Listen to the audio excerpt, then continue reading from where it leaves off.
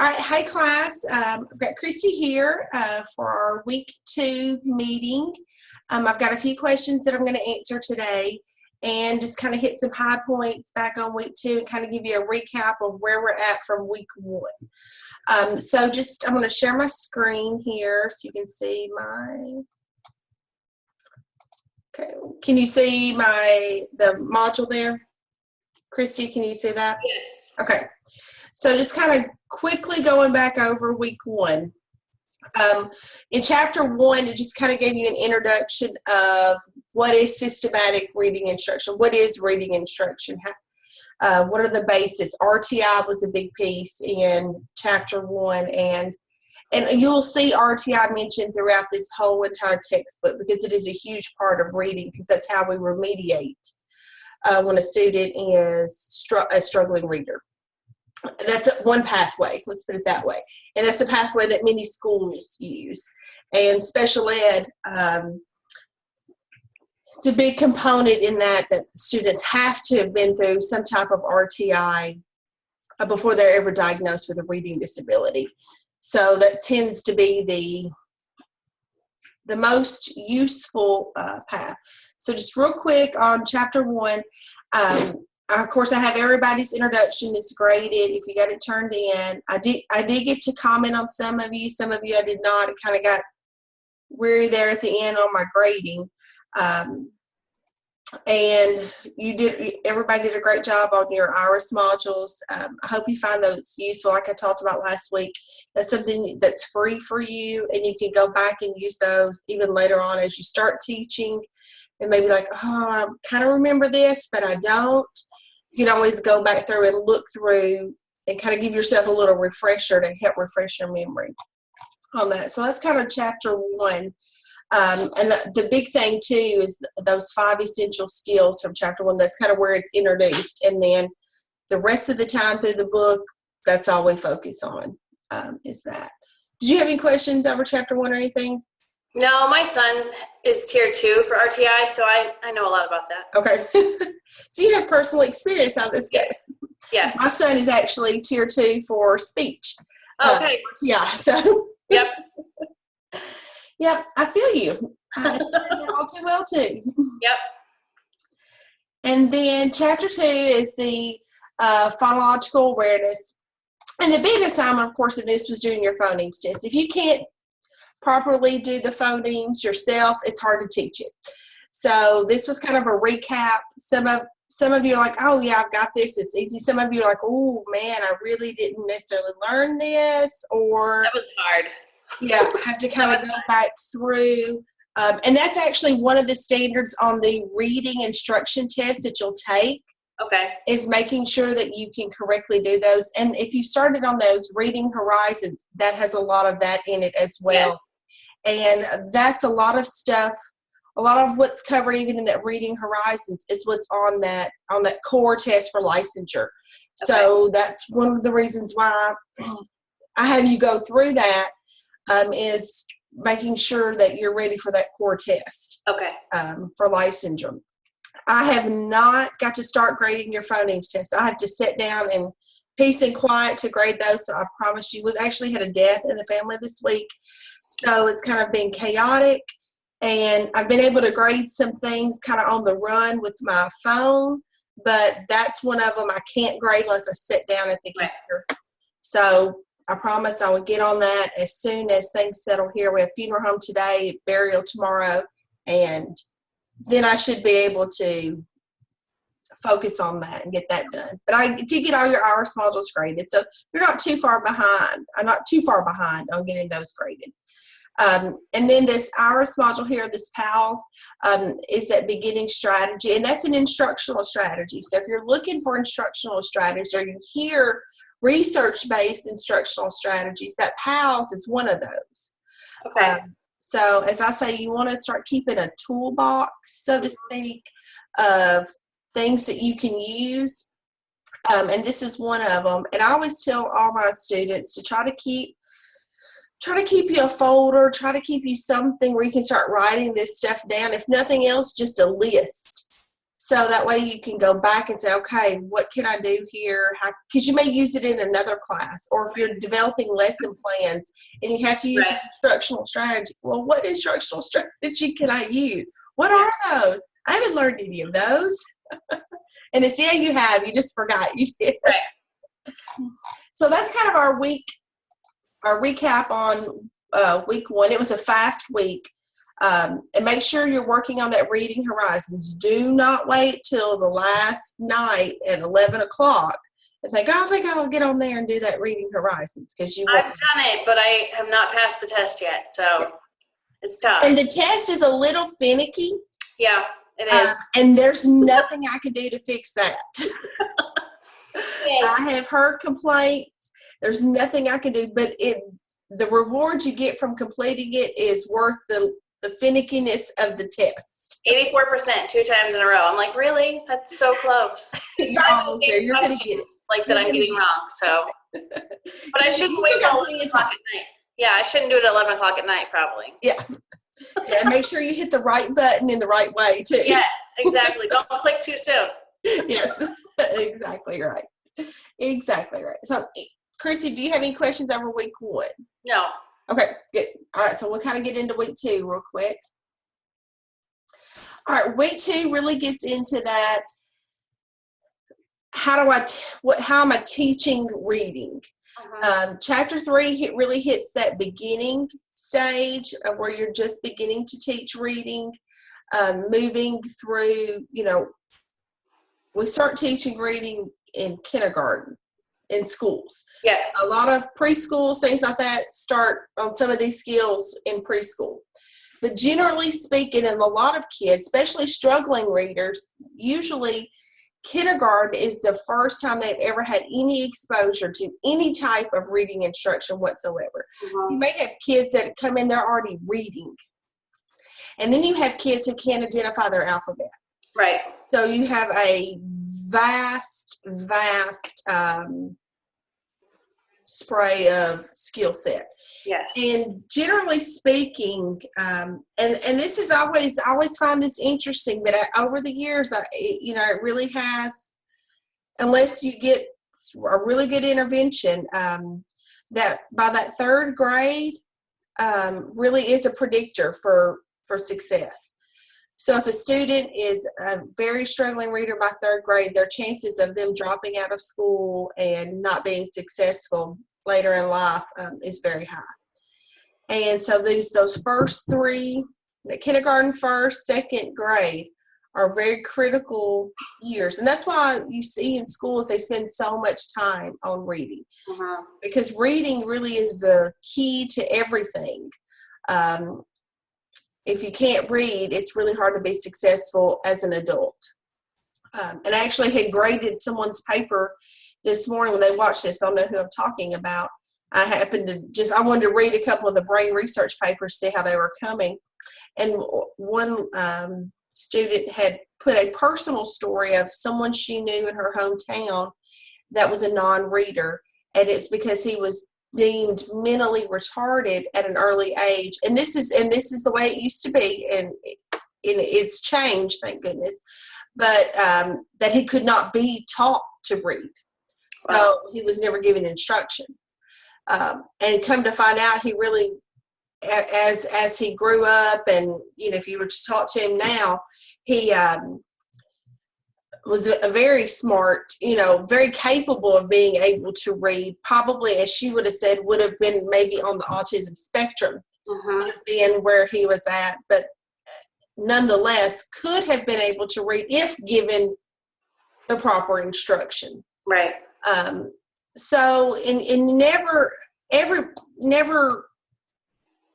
not give a kid a chance, so to speak. Right. So let's click on chapter 3 real quick.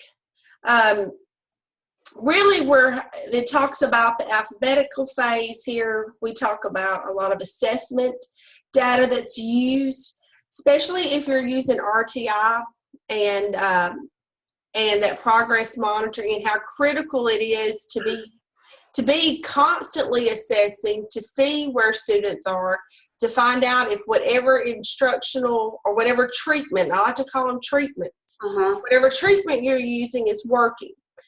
There's an old saying, if the definition of insanity is doing the same thing over and over again, but expecting different results. Yes.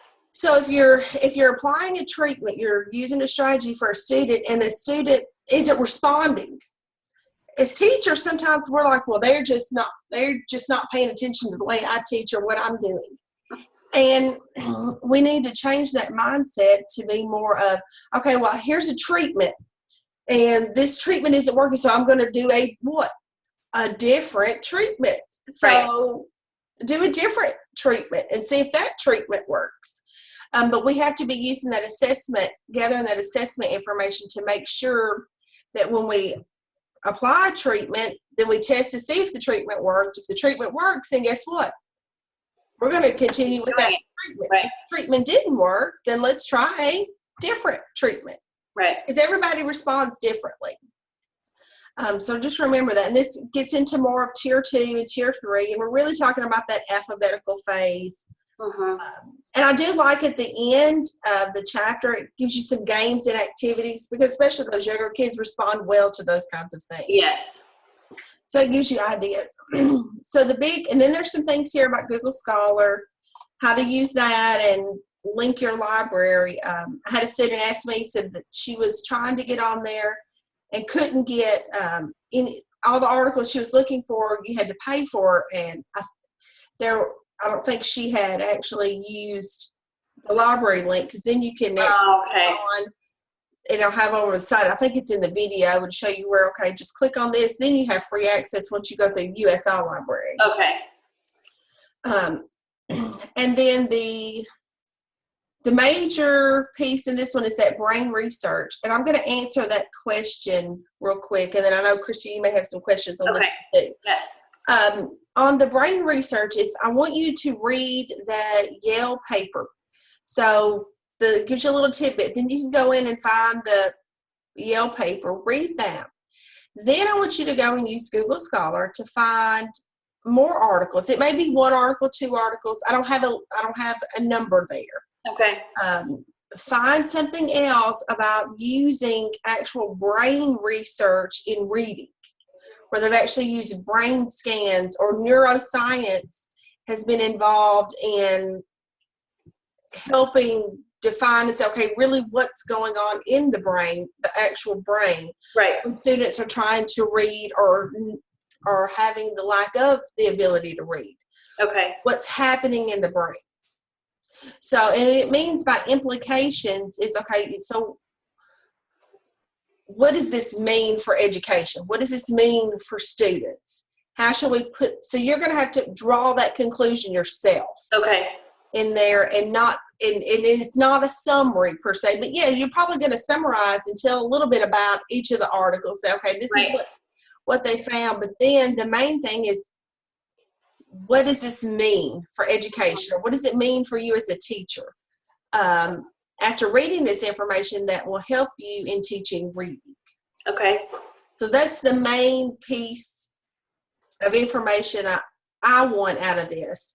And I read 2 this morning. They were really, really good. They were spot on with that. So do you have questions over this? No. Okay. So I hope I answered whoever had the question about the brain research.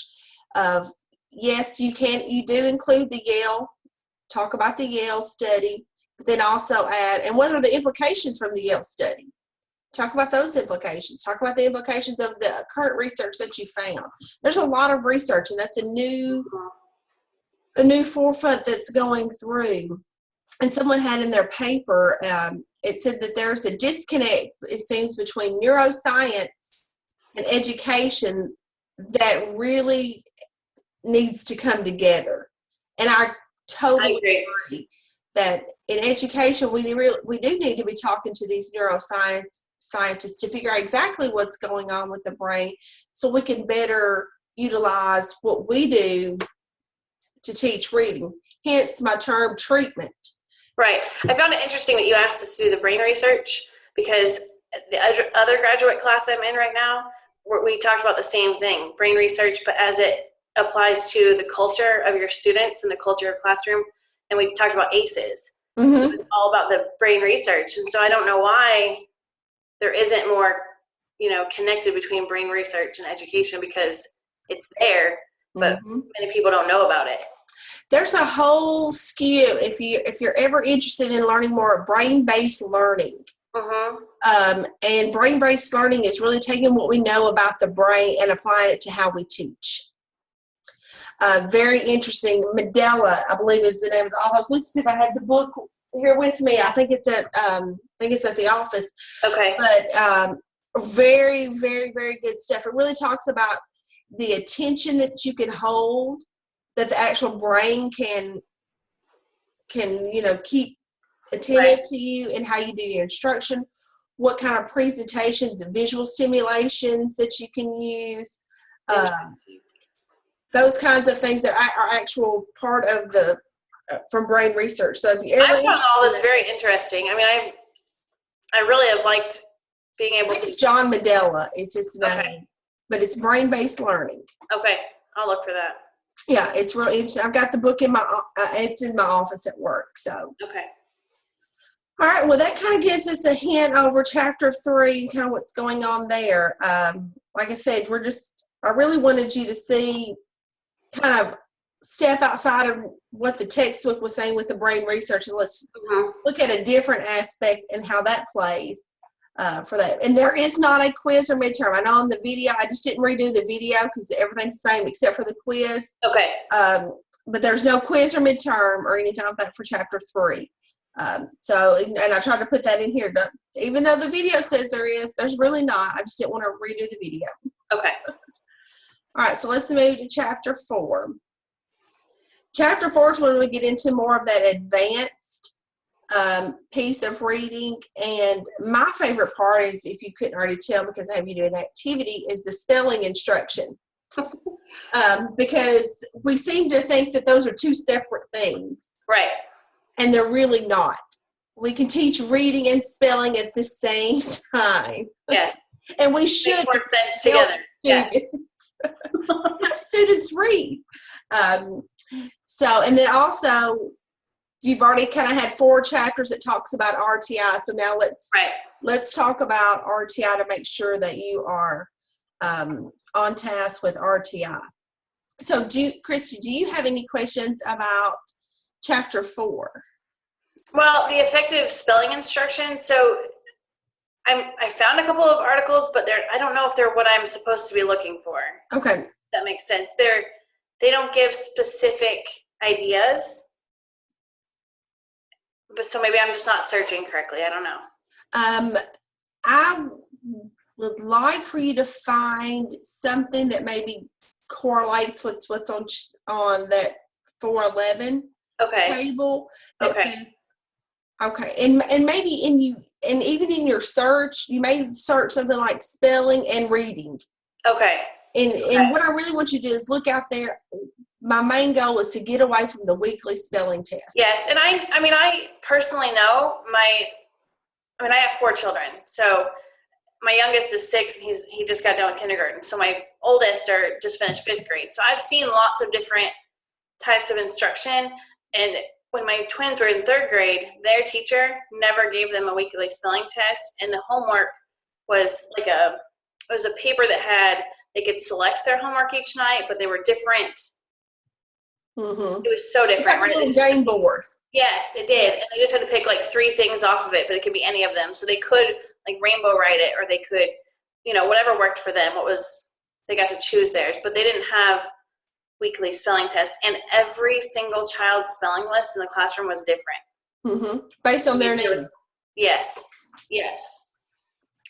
Which I felt like that 3rd grade. That's the way to do spelling. Yes, that 3rd grade year. Well, and that's what in my mind I'm thinking, but I haven't seen that anywhere. And when I was searching for things, and I'm like, well, I know it has to be out there because I've seen teachers do it, but I wasn't finding articles on that. So yeah, well, just keep looking. Change your terms as you're looking in Google Scholar. Okay. And see what you can find. Sorry. Okay. see what you can find with that. But I just want people out there to look, okay, it's not just me or the textbook saying, right. There's more effective. I won't say weekly spelling tests are bad, but if that's all you do, and a lot of times that's what happens, they get a spelling list on Monday, and they test on Friday, and that's all that's ever done with those words. They may not even be used in context. Well, when my son did, schools or teachers just can't get away from the weekly spelling test, or even parents. Right. I think some parents just expect it too. It was hard for some parents with that teacher. I mean, some of them kind of gave her a rough time because they just expected it. Like you gotta have a spelling test. How do you know that they can spell if you don't have a spelling test? Right. And I mean, luckily, I knew why she was doing it. And so, I mean, I had 2 kids in the same room at the same time. So my son and daughter never had the same spelling. So I had to study 2 different lists every single week. But it's like you would do that if you had 2 different kids in 2 different grades. So, but my son.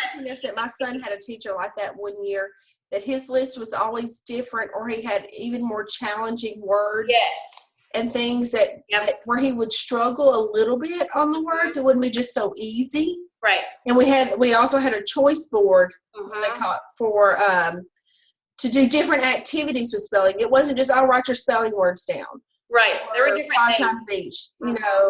There was lots of different things they did with the spelling words, but she still gave a weekly spelling test, which I was okay with. Right. But she was letting the children use those spelling words in other ways. And it was also in the context of what was being read that week. So they were not always seeing those words in context too. Right. And that's real important. We're not only, you only look at these words and try to spell them, but how the words used in reading and where they're seeing those words. Right. Because literally they're just memorizing it otherwise. Exactly. And they don't remember it later. Exactly. And we don't want that. No, right. And I'm a terrible speller. So if y'all catch any of my misspellings, you blame it on my early grade teachers. Right. I was not taught phonics. I was taught whole words, sight words. Right. So a lot of times, I think this is the way it sounds. Right. And I write it the way it sounds. Or I am a phonemic. And students with learning disabilities, oh man, they are phonemic writers. Yes. I mean, you could sound it out and you know exactly what they're saying, but they're nowhere near right on spelling. Right. Yep. But you think you're okay now for the spelling? Thank you. Yes. All right. What about the RTI activity? I think I'm good on that one. Okay. And just make sure you're just looking up. The book gives you a clear model that it uses.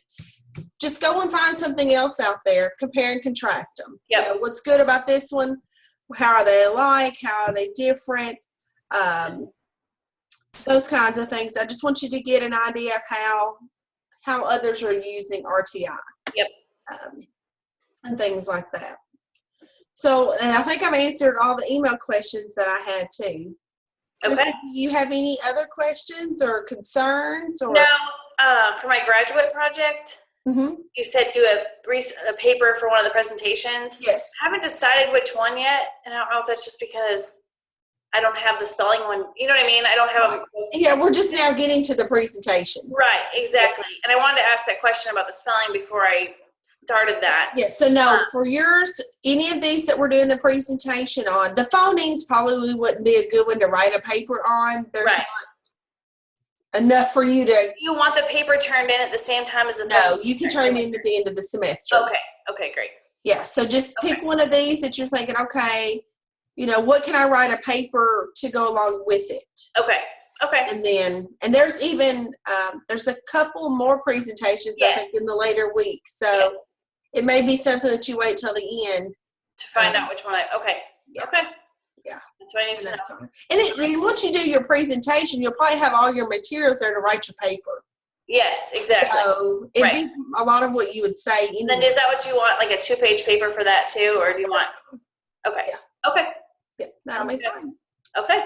All right. Well, if you don't have any more questions, I guess we are done for this week, and we'll meet again on next week. And hopefully after this week, you guys, it'll settle down a little bit. There won't be as much homework.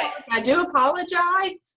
But we have to I want you to not only just read this textbook and take a quiz. I want you to be able to apply it somewhere. Right. How can you use this? So I hope with these presentations and the papers and the IRIS modules that you can see how you can use this and it becomes more effective for you, and not just trying to read it, because the textbook's heavy. I mean, there's no any other way around it, but it has so much information in there for you. Right. But it has lots of strategies, lots and lots of strategies. Yes, I like the It IRIS can be model. overwhelming, and I know it can be overwhelming. It's overwhelming even for me. So I just try to chunk it the best I can and pull out the main things I want you to get. So, Right. But we'll be moving along. These first couple are kind of real heavy, and then you really get into some stuff that you're familiar with, because you're still doing those things today. Fluency, comprehension, vocabulary, comprehension. Even as adults, we're still working on, even in this class, you're learning new vocabulary. Right. You're really testing different comprehension skills when you're reading this textbook because of the level that it's written on. Yes. So you can actually use those. You may get some of these skills. Hey, I might try that next week. Right. See how that works. But make sure you guys if you're not finished with your reading horizons, you stay on that. Like I said, don't beat me up too bad if I don't get all the grading done this week. I promise next week I will be on. I'm usually a really, really fast grader, so I just hadn't had a lot of free time this week. That's okay. Life happens. Yes, life does happen. Yes, it does. But I've tried to get as much as I could graded. I just got to finish those phonemes. They're lingering over me like a dark cloud. I'm like, I've got to grade. I've got to grade. I know. Well, I said, wow, when I'm doing my gosh, she has to grade all of these. That's crazy. Yeah, it's really not that bad. It's really because I'm just so used to it. I can usually fly through them pretty quick. But yeah.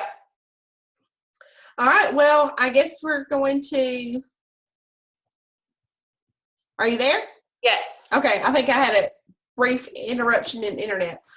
So I guess I'm going to get off here, and I'll set a meeting up for next week, and we can talk about next week. So if anybody has questions or anything, and don't ever forget, you can always email me.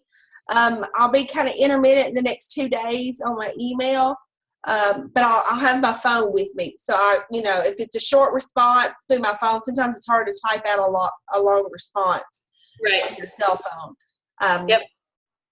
But just like I said, if you got questions, y'all just let me know, and I hope you have a good week. All right. Thank you. Thank you. Bye. Bye.